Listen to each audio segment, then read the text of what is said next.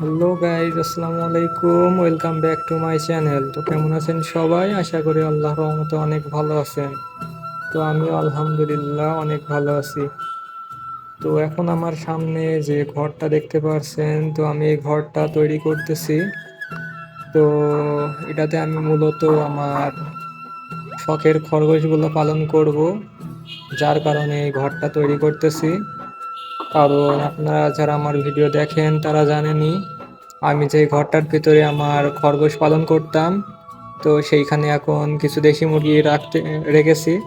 তো যার কারণে খরগোশগুলার থাকার ভালো মতো জায়গা হচ্ছে না। তো সেজন্যই মূলত আমি গতকালকে নেট কিনে এনেছি। তো আজকে মূলত ঘরটা তৈরি করতেছি। তো ঘরটা কেমন হচ্ছে মানে তৈরি করা অবশ্যই জানাবেন।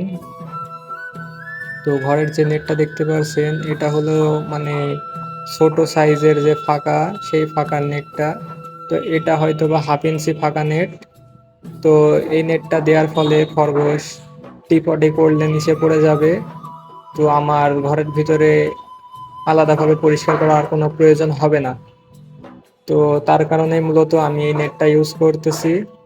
তো আমি নিচে এবং উপরে সব জায়গায় এই নেটটা দিয়েছি, তো এবং অনেক মজবুত করে দিয়েছি। তো অনেক ঘন ঘন তার কাটা মেরেছি যাতে নেটটা জাবদা হয়।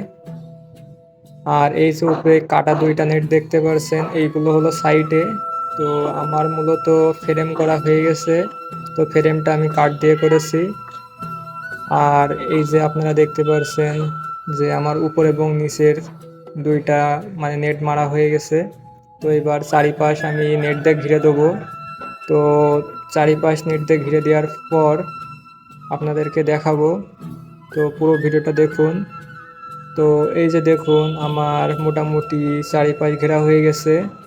যেহেতু একাই ভিডিও করতেছি, যার কারণে ভিডিওটা অনেক স্কিপ করে করে দেখাতে হচ্ছে, প্রথম থেকে দেখাতে পারলাম না, এর জন্য আন্তরিকভাবে দুঃখিত। তো ঘরটা কেমন লাগছে দেখুন। তো আলহামদুলিল্লাহ আমার কাছে অনেক সুন্দর লাগতেছে। তো ঘরটা কিন্তু আমার খরগোশের জন্যই। তো আমি এর ভিতরে আমার খরগোশগুলো রাখবো। তো আমার 2টা ফিমেল আছে আর একটা মেল আছে। তো ফিমেল 2টা প্রেগনেন্ট। তো হয়তো বা অল্প কিছুদিনের ভিতরে 2-4 দিনের ভিতরে বাচ্চা দিয়ে দিবে, যার কারণে আমি ইমার্জেন্সি ভাবে ঘরটা তৈরি করতেছি।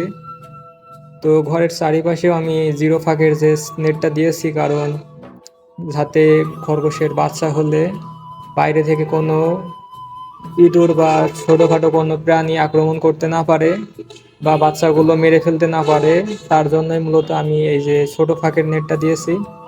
এবং আমি মাটি ছাড়া অনেকটা উপরে দিয়েছি, যাতে করে পিঁপড়ে উঠতে মানে পিঁপড়ে তো উঠতে পারবেই, তো পিঁপড়ে উঠতে গেলেও মানে আমি দেখতে পাই, বা মাটি থেকে একটু দূরত্বে দিয়েছি যাতে প্রস্রাব পায়খানা নিচে পড়লে সেটা থেকে দুর্গন্ধ ওদের না লাগে এবং রোগ ব্যাধি না হয়, যার কারণে মূলত আমি একটু উঁচু করে দিয়েছি। তো আমি ভবিষ্যতে যদি চাই নিচে আমি আর একটা ঘর করতে পারবো, তো নিচেটাও নেট দিয়ে ঘিরে দিলে আর একটা ঘর হয়ে যাবে। তো এখন মূলত আমি একটা ঘরই করব। তো এখানে আমি এখন আমার খরগোশ 2টা রাখবো। তো ঘরগুলার দৈর্ঘ্য প্রস্থ আমি অন্য একটা ভিডিও আলোচনা করব। তো আপনারা যদি জানতে চান খরগোশ মানে খরগোশের ঘরটার দৈর্ঘ্য প্রস্থ কত, উচ্চতা কত, এবং আমি কত টাকা নেট দিয়ে এত সুন্দর একটা ঘর তৈরি করে ফেলেছি, তো তাহলে আমার ভিডিওর কমেন্টে আপনারা কমেন্ট করবেন। তো আমি নেক্সট একটা ভিডিও দেব, সেখানে ঘরটার দৈর্ঘ্য প্রস্থ উচ্চতা সব কিছু নিয়ে A to Z আলোচনা করব, এবং মাটি থেকে কতটা উচ্চতায় আমি ঘরটা করেছি এবং এইখানে কয়টা খরগোশ পালন করা যায় এটা আপনারা কমেন্টে জানাবেন। তো দেখতে পাচ্ছেন ঘরটা, তো দূর থেকে দেখায়। তো দেখুন আমার ঘরটা মোটামুটি কমপ্লিট, শুধু সামনে একটা দরজা করা বাকি আছে। তো আমি এবার নেটটা কেটে আমি সামনে একটা দরজা করব। তো দরজাটা করা হয়ে গেলে আমি খরগোশগুলো ঘরের ভিতরে রাখতে পারবো ইনশাআল্লাহ। তো ঘরটা কেমন হয়েছে সকলে জানাবেন, এবং ভিডিওটা ভালো লাগলে অবশ্যই লাইক করবেন, এবং আমার চ্যানেলে যারা নতুন তারা অবশ্যই আমার চ্যানেলটা সাবস্ক্রাইব করবেন। তো সকলকে অসংখ্য ধন্যবাদ ভিডিওটা পুরোটা দেখার জন্য। আল্লাহ হাফেজ।